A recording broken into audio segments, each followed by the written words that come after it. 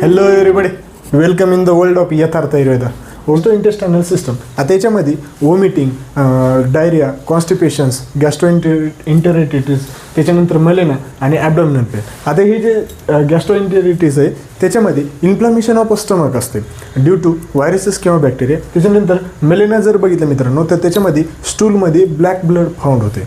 तर अशा पद्धतीने मलेना सांगितलं. नंतर ॲबडॉमिनल पेन आणि नंतर नेक्स्ट सिस्टम येते ते म्हणजे जेनेटो युरिनरी सिस्टम. आता याच्यामध्ये जर बघितलं तर कलर ऑफ युरिन, अल्ब्युमिनुरिया, ग्लायकोसुरिया, हेमॅटोयुरिया, पॉलियुरिया, डायसुरिया.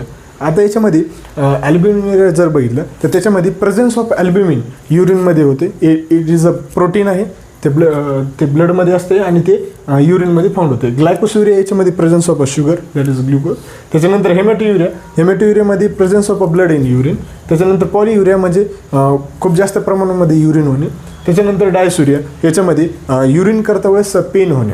आता हेच जर तुम्ही ऋतिक रोशनच्या आवाजामध्ये जर बघितलं मित्रांनो तर त्यांना असं म्हणलं असतं, मेरी शक्तियों का गलत इस्तेमाल करे माँ, कलर ऑफ युरिन, अल्ब्युमिनुरिया, ग्लायकोसुरिया, हेमॅटोयुरिया, पॉलियुरिया, डायसुरिया, अशा पद्धतीने.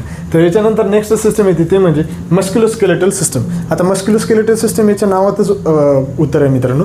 आता याच्यामध्ये जर सिम्टम्स जर बघितले तर मायोपॅथिया, मायल्जिया, फॅस्क्युलेशन, स्मूथ मसल डिप्रेशन. आता मायोपॅथीमध्ये जर बघितलं मित्रांनो, it is a muscle pain. आता जी मसल समजा स्केलेटल बोनला जर समजा आहे त्याच्यामधलं मसल फायबर पर्टिक्युलरली हे डिफेक्ट असते. त्याच्यानंतर मायल्जिया म्हणजे पेन इन मसल. त्याच्यानंतर फॅसिक्युलेशन आणि स्मूथ मसल डिप्रेशन सांगितलेलं. नंतरची नेक्स्ट सिस्टम येते ते म्हणजे ब्लड मॅनिफेस्टेशन.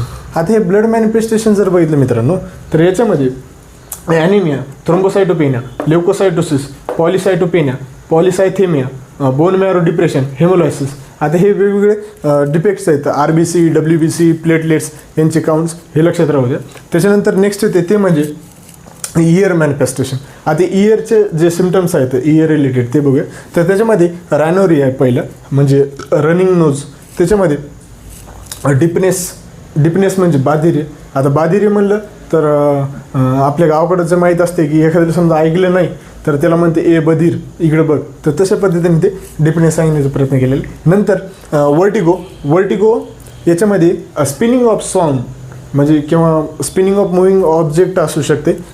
त्याच्यानंतर टिनिटस याच्यामध्ये जे आहे ते म्हणजे एखादी समजा रिंगिंग साऊंड ऐकू येते किंवा ते एज रिलेटेड डिसऑर्डर असू शकते.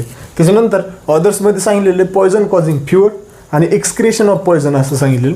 नंतर लास्टला येते ते म्हणजे लॅबोरेटरी एक्झामिनेशन आणि याच्यामध्ये आपलं तर थँक्यू व्हेरी मच.